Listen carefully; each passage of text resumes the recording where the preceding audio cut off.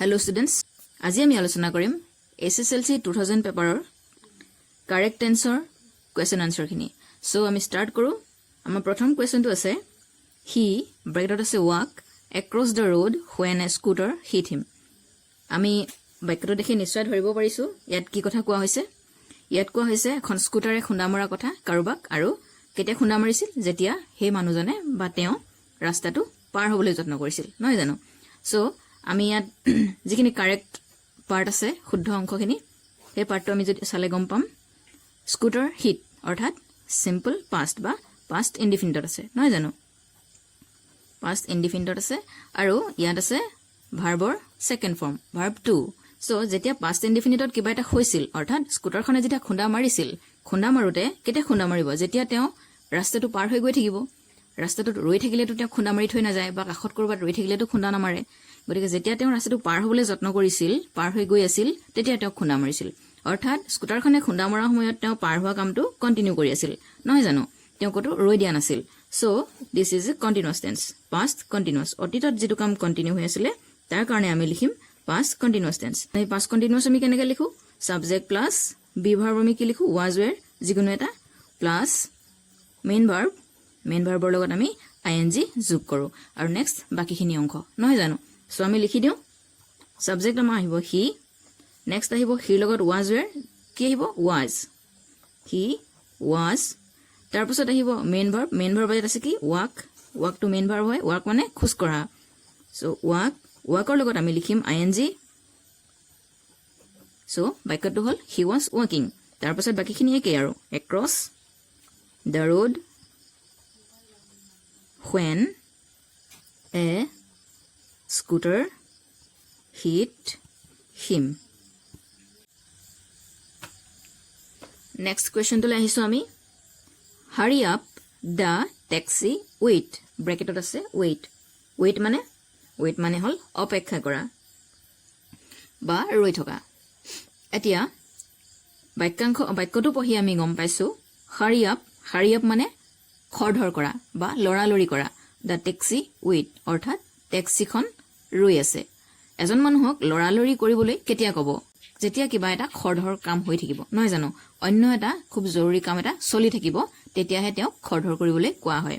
So ইয়াত কোনোবাই কাৰোবাক কৈছে হাৰি আপ খৰধৰ কৰা কিয় খৰধৰ কৰিবলৈ কৈছে টেক্সিখন ৰৈ আছে। সো আমি কণ্ডিশ্যনটো চাই বুজি পালো টেক্সিখনে ৰৈ থকা কামটো কি কৰি আছে চলি আছে মানে কন্টিনিউ নহয় জানো। কন্টিনিউ মানে কন্টিনিউয়াস টেন্স। গতিকে ইয়াতটো কোনো পাষ্ট অতীতৰ সময়ৰ উল্লেখ নাই কৈছে মাত্ৰ খৰধৰ কৰা টেক্সিখন ৰৈ আছে মানে বৰ্তমানত ৰৈ আছে নহয় জানো এতিয়া ৰৈ আছে প্ৰেজেন্ট কন্টিনিউয়াস। গতিকে বাক্যটো হ'ব প্ৰেজেন্ট কন্টিনিউয়াস। আমি প্ৰেজেন্ট কন্টিনিউয়াস কেনেকৈ লিখো আমি জানো স্ট্ৰাকচাৰ আমাৰ মনত আছে চাগে। সো আমি লিখিম এতিয়া hurry up the taxi তাৰ পিছত আমি কি লিখিম প্ৰেজেন্টৰ বি ভাৰ্ব এটা প্ৰেজেন্টৰ বি ভাৰ্ব এম ইজাৰ টেক্সিৰ লগত লাগিব is taxi is wait main ভাৰ্বৰ লগত আইএনজি যোগ কৰা the taxi is waiting। So আমাৰ সেন্টেন্সটো হ'ব hurry up the taxi is waiting। এবাৰ আমি আহিছো SSLC 2001 ৰ কোৱেশ্চন আনসাৰ কেইটালৈ। প্ৰথমৰ বাক্যটো আছে they live bracket আছে live in Delhi for 10 years। শব্দকেইটা আছে আমাৰ চিনাকি live মানে বাস কৰা বা থকা তোমালোকে চাগে জানা। সো বাক্যটো আমি কি কৰিম এতিয়া বাক্যটো আমাক কি ধৰণৰ কথা বুজাইছে আমি প্ৰথমতে এটা শব্দ চাওঁ for শব্দটোৰ লগতে মই আৰু এটা শব্দ ক'ব বিচাৰিছো তোমালোকক since for and since for মানে ধৰি since মানে পৰা। for আৰু since দুইটাৰে ব্যৱহাৰ মই তোমালোকক কৈ দিব খুজিছো। for যিকোনো এটা সময়ৰ পিৰিয়ডৰ বাবে এটা গোটা সময়ৰ বাবে এই for শব্দটো ব্যৱহাৰ কৰা হয়। আমি যদি উদাহৰণ হিচাপে লওঁ for 10 years ইয়াত আমি পাইছো 10 বছৰ এটা গোটা সময় 10 বছৰ সম্পূৰ্ণ 10 বছৰ সময়টোক কৈছে। ঠিক তেনেকৈ for 3 days মানে কোনো বিৰতি নোহোৱাকৈ 3 দিন একেলেঠাৰিয়ে 3 দিনৰ এটা গোটা সময় নিৰ্দিষ্ট সময় নহয় জানো। সো এনেকুৱা period of time period of টাইমৰ কাৰণে আমি ফৰ ব্যৱহাৰ কৰোঁ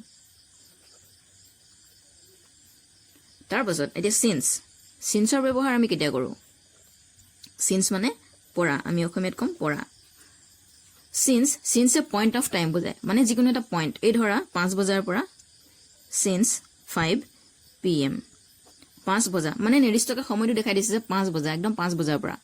পইণ্ট আউট কৰি দিছে 5 ঠিক তেনেকৈ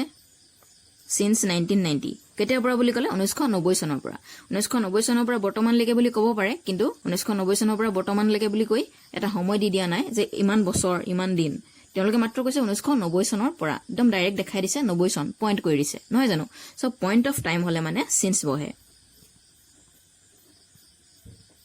পইণ্ট অফ টাইম হলে সিন্স বহে অফ পিৰিয়ড অফ টাইম হলে ফৰ বহে সো এই কথাখিনি আমি পাছলৈ আকৌ বহলকৈ আলোচনা কৰিম সদ্যহতে আমি চাওঁ আমাৰ বাক্যটো they live in Delhi for 10 years ধৰি তেতিয়াহ'লে আমি কি বুজিলো ধৰি ফৰ মানে ধৰি 10 years মানে 10 বছৰ তেতিয়াহ'লে 10 বছৰ ধৰি তেওঁলোকে দিল্লীত বাস কৰা কথাটো কৈছে নহয় জানো তেতিয়াহ'লে আমি ইয়াত কি বুজিম তেওঁলোকে দিল্লীত কেতিয়া বাস কৰিবলৈ আৰম্ভ কৰিছিলে তেওঁলোকে আৰম্ভ কৰা সময়টো 10 বছৰ আগৰ নহয়নে 10 বছৰ আগতে তেওঁলোকে বাস কৰিবলৈ আৰম্ভ কৰিছিলে আৰু বৰ্তমানলৈকে তেওঁলোকে বাস কৰি আছে নাও নহয় জানো এতিয়ালৈকে তেওঁলোকে তাত বাস কৰি আছে সো কামটো চলি অহা নাই নে তেতিয়াৰ পৰা 10 বছৰ আগৰ পৰা বৰ্তমানলৈকে চলি আছে কামটো নহয় জানো এতিয়াতো থাকিবলৈ এৰি দিয়া নাই দিল্লীত বাক্যটো এইটোৱে বুজাইছে যে তেওঁলোকে 10 বছৰ ধৰি দিল্লীত বাস কৰি আছে অৰ্থাৎ দিল্লীত বাস কৰি আছে তাৰ মানে 10 বছৰ আগতে আৰম্ভ কৰা কামটো বৰ্তমানো চলি আছে আৰু এনেকুৱা ক্ষেত্ৰত আমি বাক্যবোৰ লিখিম present perfect continuous tense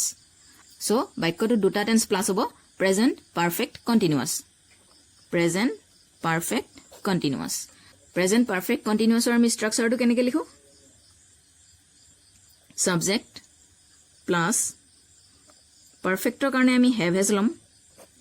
have has subject অনুযায়ী যিকোনো এটা ল'ব লাগিব বি ভাৰ্বৰ third form been plus main verb plus ING আৰু তাৰপিছত বাকি অংশ আমি কি লিখিম সাবজেক্ট হ্যাভ বা হেজ যিকোনো এটা তাৰপিছত আমি বি ভাৰ্বৰ থাৰ্ড ফৰ্ম বিন কাৰণ পাৰফেক্ট টেন্স হলে সাবজেক্ট লাগিব তাৰ লগত হ্যাভ হেজৰ পাছতে আমাক থাৰ্ড ফৰ্ম এটা লাগিবই কিন্তু আমাক আকৌ কৈছে কন্টিনিউয়াছ সো আমাক INGও লাগিব একেটা ভাৰ্বতে আমি থাৰ্ড ফৰ্ম আৰু ING ফৰ্ম কেতিয়াও লগাব নোৱাৰো সো আমি কি কৰিম বি ভাৰ্বৰ সহায় লম আৰু বি ভাৰ্বৰ থাৰ্ড ফৰ্ম আমি লিখিম তাৰপিছত মেইন ভাৰ্বৰ লগত আমি ING যোগ কৰিম আৰু এই ষ্ট্ৰাকচাৰটোৱে হ'ব আমাৰ প্ৰেজেন্ট পাৰফেক্ট কন্টিনিউয়াছৰ ষ্ট্ৰাকচাৰ সম্পৰ্কে মই বেলেগ এটা ভিডিও তোমালোকৰ কাৰণে বনাম হেতু চাবা এতিয়া আমি বাক্যটো লিখো সাবজেক্ট আছে দে দেৰ লগত আমাক কি লাগিব হ্যাভ নে হেজ আমাক লাগিব হ্যাভ দে হ্যাভ বি ভাৰ্বৰ থাৰ্ড ফৰ্ম বিন তাৰপিছত মেইন ভাৰ্ব কি আছে লিভৰ লগত ING লিভৰ দে হ্যাভ বিন লিভিং তাৰপিছত ইন দিল্লী এখিনি বাকিখিনি একে ফৰ 10 years সো আমাৰ বাক্যটো হ'ল they have been living in Delhi for 10 years আমি নেক্সট বাক্যটোলৈ আহিছো she died after she suffered for 10 years ব্ৰেকেটত আছে suffer আমি ইয়াৰ আগৰ বাক্যটোতো for শব্দটো পাইছিলো নহয় জানো আৰু এতিয়াও পালো for মানে ধৰি আমি বাক্যটো যদি অসমীয়ালৈ ভাঙনি কৰি চাওঁ আমি তেতিয়া বুজি পাম 10 বছৰ ধৰি তাই বেমাৰত ভোগাৰ পাছত তাই মৃত্যু হ'ল এনেকৈ বুজাইছে ইয়াত আমি এটা কথা মন কৰিব লাগিব যিখিনি আমাৰ কাৰেক্ট আছে শুদ্ধ আছে তাত কি টেন্স আছে তাত আমাৰ past indefinite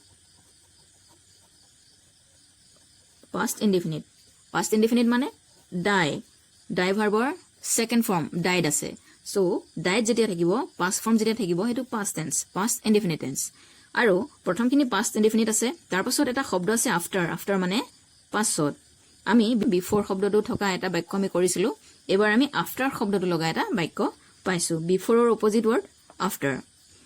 after আছে তাৰ পাছতে আমি কাৰেক্ট টেন্স কৰিব লাগে নহয় জানো এতিয়া ইয়াত দুটা কাম হৈছে দুইটা কাম অতীততে হৈছে দুইটা কাম past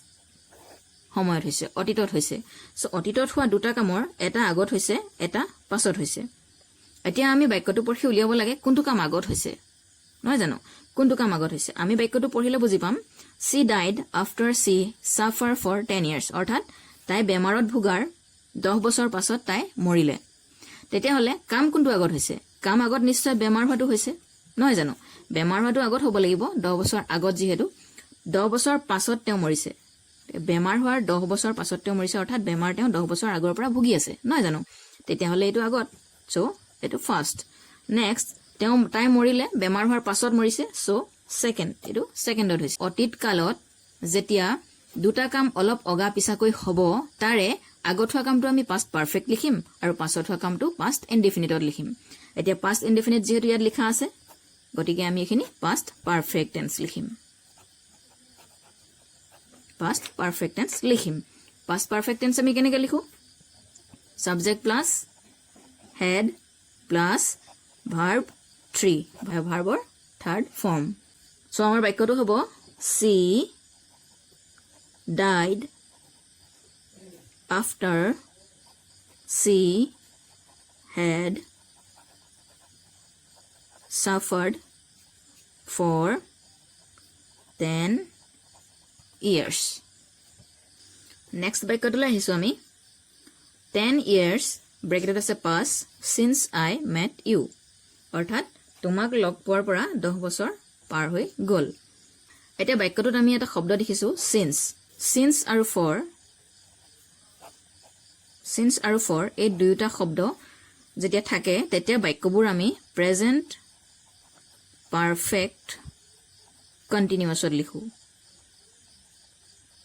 present perfect continuously লিখো অৰ্থাৎ বাক্যবোৰে এনেকুৱা ধৰণৰ অৰ্থ বুজায় যে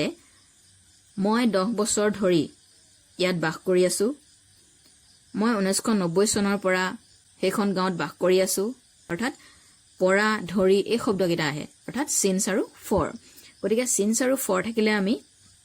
সাধাৰণতে present perfect continuous tense লিখো নহয় জানো কিন্তু ইয়াত আমি এটা কথা মন কৰিব লাগিব since এই sinceৰ পাছত যিটো টেন্স আছে এই টেন্সটো পাষ্ট ইনডিফিনিট টেন্সত আছে অৰ্থাৎ I met you subject verb to নহয় জানো ভাৰ্বৰ পাষ্ট ফৰ্ম গতিকে পাষ্ট ইনডিফিনিট টেন্সত আছে গতিকে যেতিয়া sinceৰ পাছত সিম্পল পাষ্ট টেন্স থাকিব বা পাষ্ট ইনডিফিনিট টেন্স থাকিব তাৰ আগৰ বাক্যাংশ আমি প্ৰেজেন্ট পাৰফেক্ট টেন্সত লিখিব লাগিব গতিকে বাক্যটো আমাৰ হ'ব 10 years have passed since I met you. Next বাক্যটো পাইছো আমি he stay here until you return.